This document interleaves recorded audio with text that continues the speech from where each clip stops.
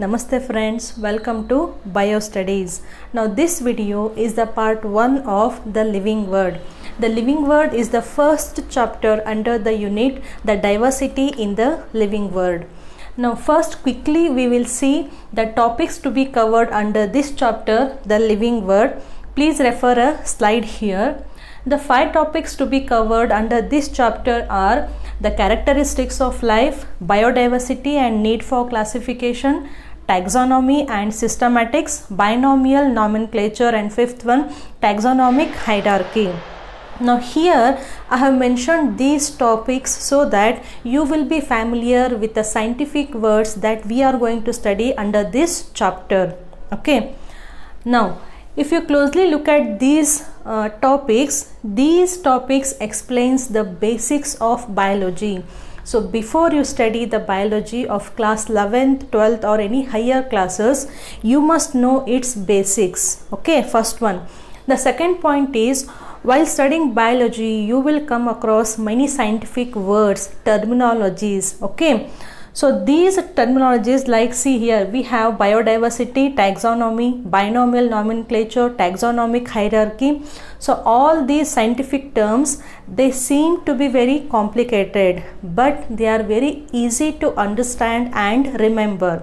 For example, we'll take the very first word of our subject, biology.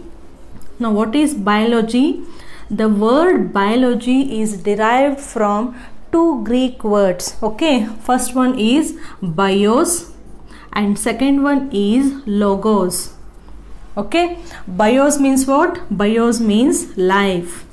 And what do you mean by logos? Logos means study. So what is biology? In general terms, biology is the study of life, study of living organisms. So how do you define the term biology? Biology is the natural science that studies life and living organisms. Okay. Now here biology, the term biology was coined by Lamarck and Treviranus. Okay, so Lamarck and Treviranus, they coined the term biology, and Aristotle is called father of biology. Okay, Aristotle, he was a Greek philosopher and he revealed many concepts of life and living organisms. So therefore he is considered as father of biology. Okay, now to make the study of biology in a convenient way, the term biology, the science biology, has been divided into mainly 2 branches. The first one is botany and second one is zoology. Okay, apart from botany and zoology, we have many more branches, like we have genetics, that is the study of the hereditary material. Then we have cytology, that is the study of cell, its structure and function. Then we have reproductive biology, that is the study of reproduction in an organism. Then we have embryology, that is the study of embryonic development of an organism. So all these are also the branches of biology. Usually they are considered as the sub branches of biology. But which are the main 2 branches? Botany and zoology. Now what is botany and zoology? Simple. The study of plants is called as botany and the study of animals is called as zoology. Okay, and Theophrastus, now he is referred as father of botany, and Aristotle again is referred as father of zoology. Aristotle, father of zoology as well as father of biology. So this is the basic introduction for the term biology. Okay, now we take the first topic under this chapter, that is the characteristics of life.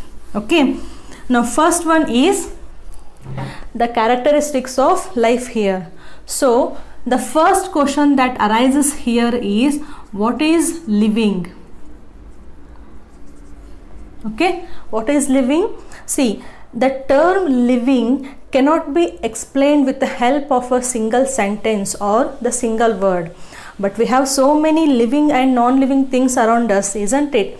So there must be some criteria based on which we are differentiating, yes, this is living and this one is non-living. So to get the answer for this question, what is living, we must study the characters of living here.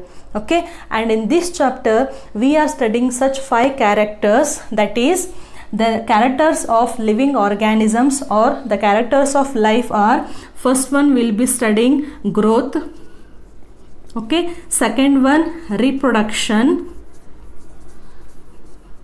third one is metabolism, fourth one cellular organization, and fifth one consciousness. So the characters of living things in this chapter we are studying, that are growth, reproduction, metabolism, cellular organization and consciousness. Now the question arises whether only living organisms exhibit these properties, or are there any non-living things that exhibit these properties.